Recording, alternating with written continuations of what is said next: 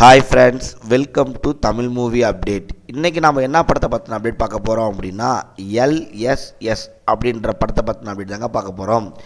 அது என்னடா எல்எஸ்எஸ் அப்படின்னா லவ் சப்ஸ்கிரைப் ஷேர் அப்படின்னு சொல்லியிருக்காங்க இந்த படத்தை பற்றி. ஸோ அப்படி என்னடா இந்த படத்தில் இருக்குதுன்னு பார்த்தீங்க அப்படின்னா, ஒரு காலேஜில் ஆஸ் யூஸ்வல் ஒரு லவ் ஸ்டோரி ப்ளஸ் க்ரைம், அதாவது கண்டுபிடிக்கிற மாதிரி எடுத்திருக்காங்க. காலேஜில் தன்னோட படிக்கிற ஹீரோயினை காதலிக்கிறாரு நம்ம ஹீரோ. அந்த ஹீரோயின் பார்த்திங்க அப்படின்னா அதாவது வட இந்திய பெண்ணாக இருக்காங்க. அவங்க பேர் சிம்ரன் அத்வானி அப்படின்றாங்க. நம்ம ஹீரோ பேர் பார்த்திங்கன்னா ஆதவ் கிருஷ்ணா. ரெண்டு பேரும் காசியில் இருக்கிற அவங்க அம்மா கிட்ட அவரை அறிமுகப்படுத்துறதுக்கு நம்ம ஹீரோவை ஹீரோயின் கூப்பிட்டு போகிறாங்க. கூப்பிட்டு போன இடத்துல ஹீரோயின் காணாமல் போயிடுறாங்க. ஸோ தன்னோட பணக்கார அப்பா ஹீரோவை பார்த்து எங்கடா என்னோட பொண்ணு அப்படின்னு கேட்குறாங்க.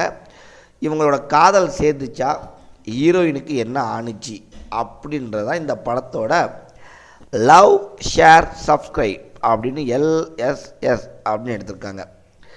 படம் ஃபுல்லாக பார்த்திங்கன்னா முதற் பாதியில் சென்னையிலையும் பிற்பாதியில் காசிலையும் நடக்குதுங்க. ஹீரோ ஹீரோயின் ரெண்டு பேருமே அறிமுகம் இல்லாத புதுமுகங்க.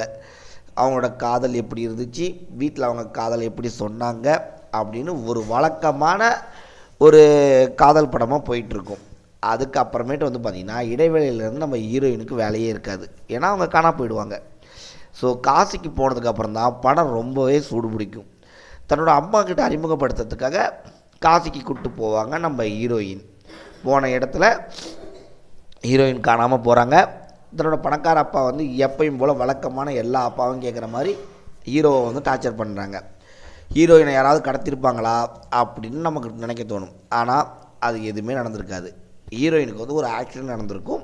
அதில் அவங்க கோமா ஸ்டேஜுக்கு போயிருப்பாங்க. அந்த டைமில் அவங்க உடல்லேருந்து உறுப்பு திருடுறதுக்கு ஒரு கும்பல் அலைஞ்சிட்ருப்பாங்க. இந்த மாதிரி படம் ஒவ்வொரு திசையில் போயிட்டுருக்குங்க. ஹீரோயினோட அப்பாவா அஜித் சாயில் இருப்பார். அவர் பார்க்குறதுக்கு அவரும் நம்மளை பெருசாக ஈர்க்க மாட்டார். படத்தில் ஓரளவுக்கு எல்லா அப்பாவும் பண்ணுற மாதிரி பில்டப் பண்ணிகிட்டே தான் இருந்திருப்பார்.